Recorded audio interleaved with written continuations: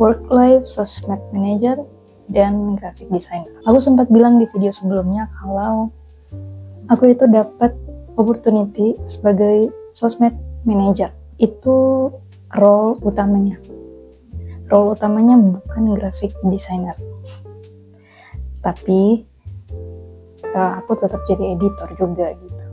Jadi graphic designer, video editor. Terus gimana sih aku jalaninnya? Kalau mau dibilang berat, enggak juga.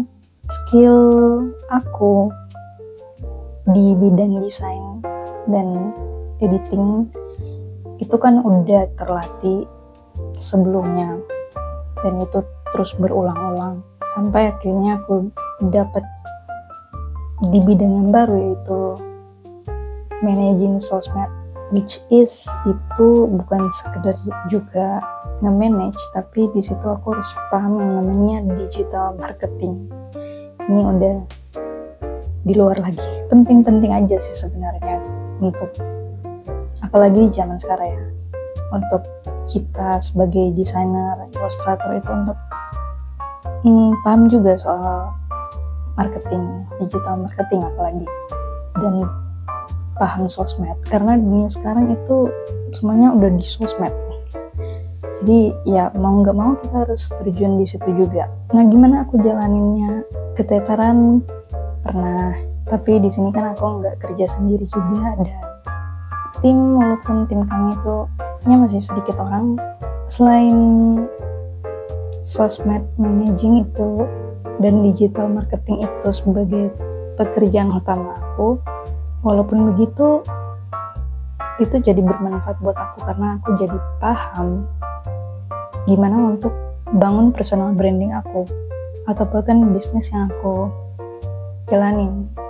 Di sini bisnis yang aku jalanin itu clothing, cuman ini lagi dalam proses untuk pembaruan karena ya aku ganti nama aja sih. Lewat pekerjaan aku ini sebagai sosmed manager, aku banyak belajar gitu, karena aku bukan cuma banyak belajar lewat sosial medianya, tapi aku belajar juga dari klien-klien aku, dimana klien-klien ini itu bos-bosnya gitu, owner dari bisnis mereka gitu. Jadi aku juga belajar, dan ada banyak hal yang bisa aku aplikasikan di karir aku sebagai desainer, graphic designer, dan ilustrator.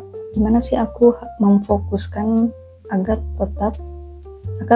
karir aku itu tetap tercapai gitu. Maksudnya impiannya kan sebagai graphic designer dan ilustrator gitu, bukan sosmed manager.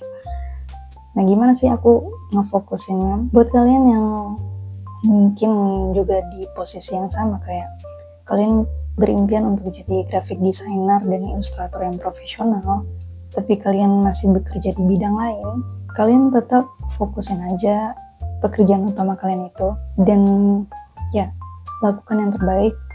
Apa yang kalian dapat dari pekerjaan utama kalian itu ya kalian simpan,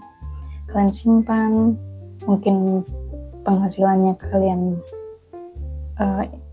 kalian tabung gitu, kalian simpan sebagai modal untuk membangun karir kalian sebagai graphic designer dan ilustrator.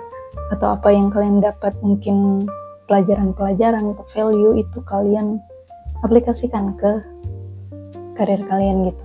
Kita itu gak bisa kayak aku pengen jadi graphic designer dan ilustrator, tapi ini di posisi dimana kalian itu udah ada pekerjaan utama lainnya gitu, dan kalian berusaha mending aku resign aja dulu gitu, aku resign terus langsung mulai gitu. Menurut aku ya ada beberapa yang berhasil memang, tapi ada juga yang enggak gitu. Jadi menurut aku kalian itu ambil keputusan yang bijak aja. Di sini aku bukan berimpian untuk jadi sosmed manager, enggak. Aku pengen membuat desain, aku pengen membuat ilustrasi buat klien atau bahkan itu sebagai hobi aku. Tapi di sini yang utama adalah aku harus nge-manage sosmed dan harus belajar juga digital marketing untuk klien-klien aku. Tapi aku tetap fokuskan itu. itu yang utama.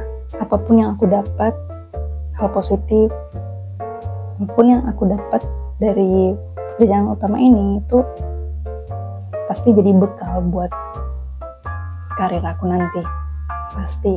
Jadi fokus utamanya adalah apa yang udah ada sama kalian dulu gitu, itu fokusnya. Tapi kan itu bukan berarti kalian nggak fokus sama karir kalian juga, enggak. Jadi tetap kalian bisa ada waktu lah untuk, misalnya untuk latihan desain atau latihan gambar ya. Walaupun memang sempat 1 tahun, kayak aku sudah bilang di video sebelumnya, kayak aku itu udah nggak bikin gambar lagi nggak bikin digital art lagi, setelah aku sadar ternyata kayaknya ada yang kurang ya ternyata itu gitu. Makanya aku putuskan untuk terus latihan gitu, karena aku pengen skill ini terus berkembang, nggak stuck lagi gitu. Meskipun zaman sekarang udah ada yang namanya AI, ya kan, AI di mana-mana. Kalau bilang personally, aku nggak takut sih sebenarnya, kayak ya itu banyak juga desainer atau ilustrator yang udah jelasin kalau ada keunikan dan ciri khas dari kita sendiri yang AI nggak bisa tiru gitu. Dan di sini pula aku pakai AI ya, untuk pekerjaan aku pakai AI, jadi aku beradaptasi juga. Dan gimana masa depannya kalau misalnya AI udah banyak banget, dan apakah itu bisa menggantikan desainer dan ilustrator? Sebenarnya aku pengen bahas juga sih, tapi gak terlalu intens ya. Secanggih-canggihnya dunia ini akan berkembang, tetap akan ada orang-orang yang mau desain tradisional atau bahkan painting aja, tetap ada gitu. Ngapain mau takut gitu?